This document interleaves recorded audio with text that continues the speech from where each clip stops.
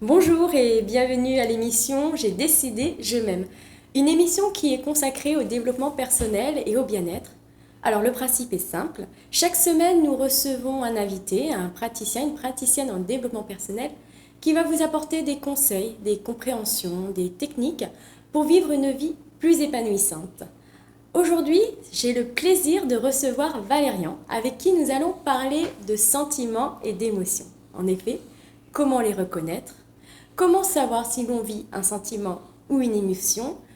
Quelles sont les caractéristiques des émotions ou des sentiments? Les émotions et les sentiments, ce sont parfois des frontières intimes, mais grâce à Valérian, nous allons pouvoir les décortiquer. Valérian, bonjour. Bonjour. Alors, tout d'abord, vous êtes, on va dire, spécialisé en bien-être holistique, Oui, tout à fait. médecine taoïste et Médecine taoïste et chinoise. chinoise. Voilà, donc après il y a aussi le côté énergétique, magnétisme et bien d'autres domaines. Et je donne des conseils de vie et du coaching.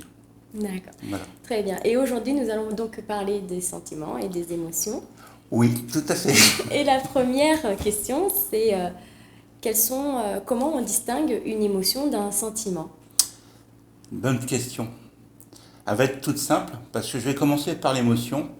C'est-à-dire que ça vient du latin, de motio, un des verbales de mover qui veut dire mise en mouvement.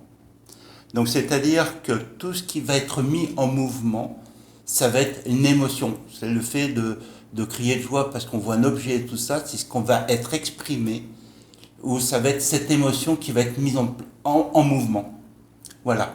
Maintenant, un état d'être, le fait de faire les choses parce qu'on met en mouvement, on est dans l'émotion, puisqu'on met en mouvement dans le faire.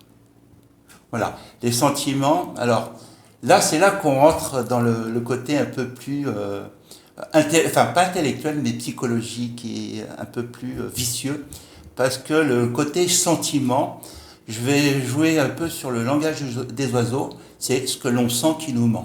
Senti qui nous ment. Et souvent issu du sentimental, donc ce que l'on sent du mental, donc lié à l'ego et des choses comme ça. Donc tout ça, c'est exprimé par rapport à des objets, à une situation, à des expériences, à des choses qui n'ont, ou même à des personnes, où on va se forger quelque chose, une idée.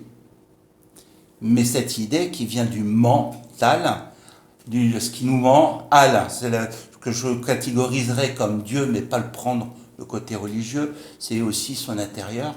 Donc dans le sens où on s'est forgé une idée sur quelque chose que l'on perçoit à son image, dans le côté où on va se faire des idées.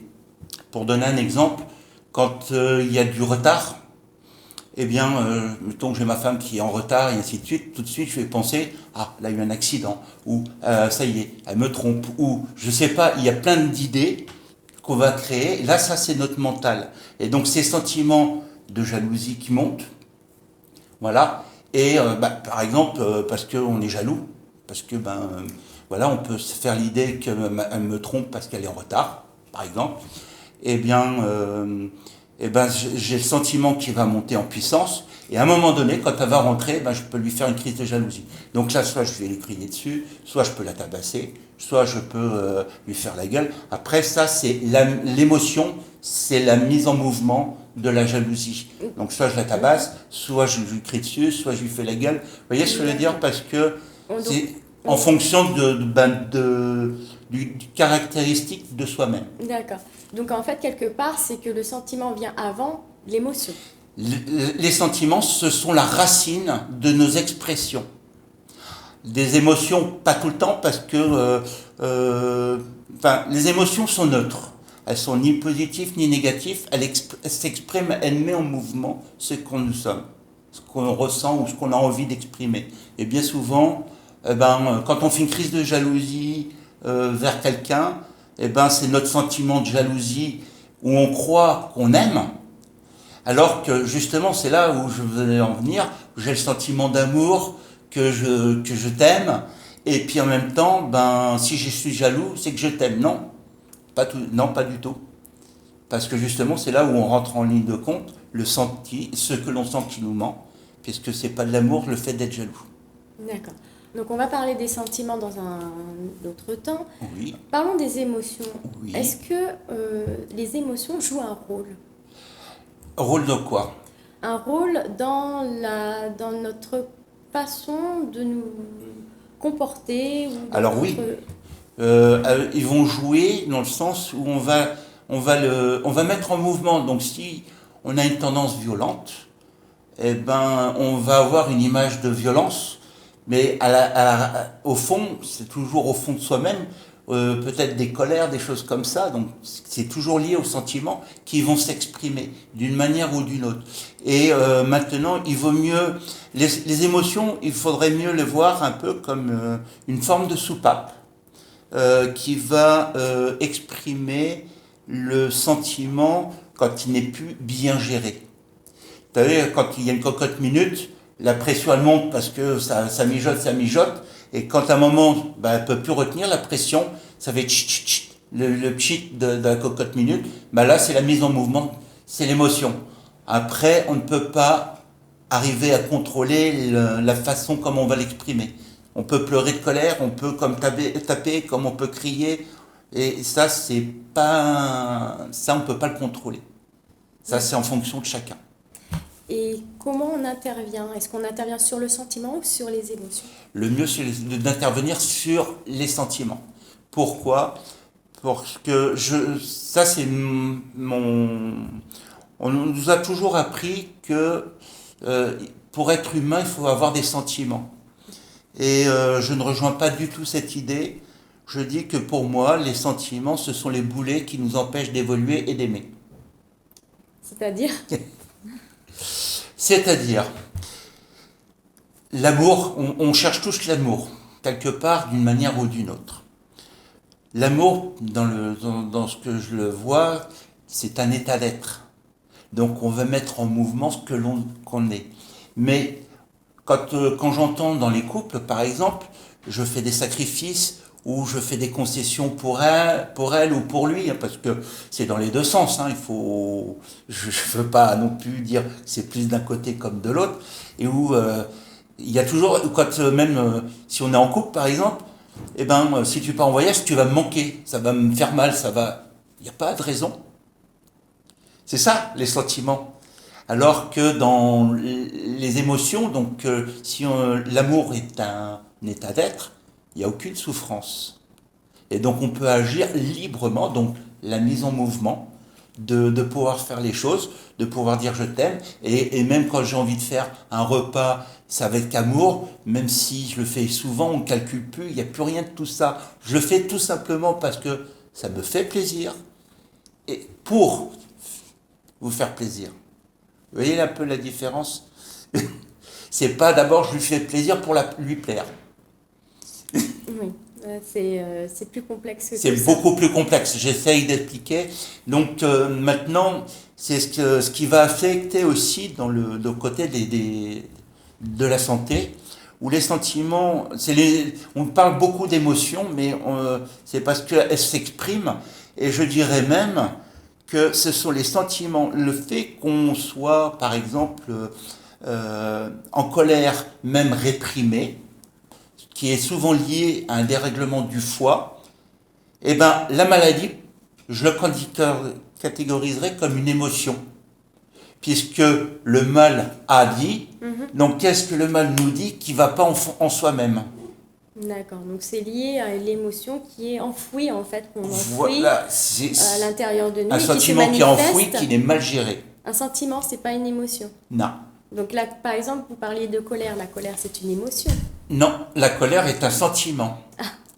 Pourtant, certains thérapeutes parlent justement, c'est pour ça que je ne rejoins pas tout ça. Que, en fait, l'émotion, parmi les émotions que l'on peut manifester, vous avez la colère, la joie.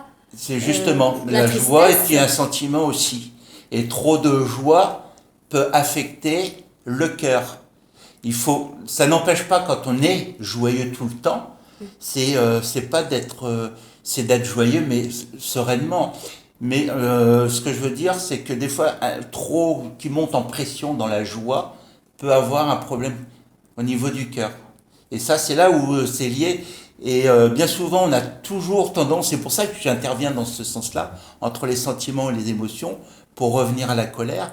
C'est le sentiment qui est à la source psychologique qui est monté, parce que pourquoi on est en colère? C'est parce que on voit une image, on a des choses qui nous affectent, par peur, parce que c'est aussi un sentiment de non-existence. Enfin, il y a plein de choses qui peuvent se mêler et qui fait que ça monte. C'est là, ça monte. La maladie, je dirais que c'est une émotion puisqu'elle va exprimer ce qui ne va pas. D'accord. Puisqu'elle n'est pas exprimée autrement, le fait de crier, c'est l'émotion de pouvoir justement exprimer. Donc là, c'est la mise en mouvement de la colère vers l'extérieur. Je l'exprime par la colère, dans le côté violence, ou par les pleurs, parce que ça dépend comment on l'exprime, au degré qu'on lâche la colère. D'accord.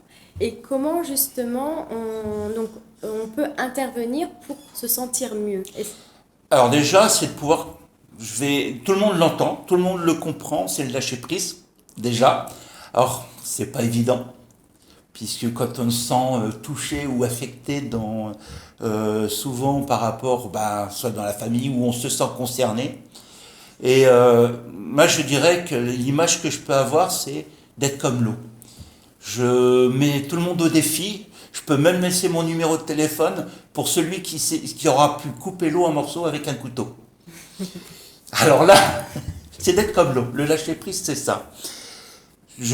Et pour l'aider, c'est de dédramatiser les choses, donc de le voir avec humour. C'est pas parce qu'on le voit avec humour qu'on ne le voit pas sérieusement ou qu'on ne va pas en prendre compte du problème. On va regarder les choses de haut en tant que spectateur, en tant qu'acteur, puisque c'est notre vie. Donc c'est de pouvoir justement à être les deux à la fois, et tout en étant le metteur en scène. Parce que le fait d'être spectateur, ça nous permet de voir où on peut se diriger, de comment on peut se placer, et ainsi de suite. Acteur, puisque c'est notre vie.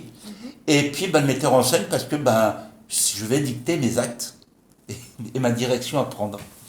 Je vous remercie Valérian d'avoir partagé ce moment avec nous. C'est la fin de notre émission. Je vous dis à bientôt pour une nouvelle thématique. Au revoir.